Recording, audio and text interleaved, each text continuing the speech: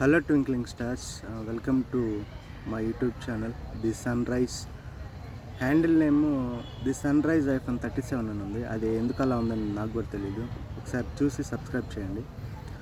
So నేను ఇవాళ మళ్ళీ హెచ్ఎండిఏ పార్క్ వచ్చాను.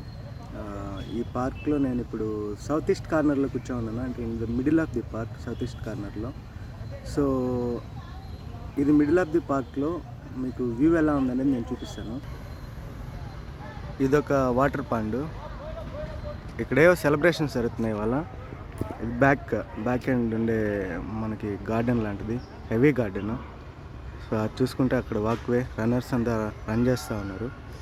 ఇది అగైన్ బ్యాంబూ.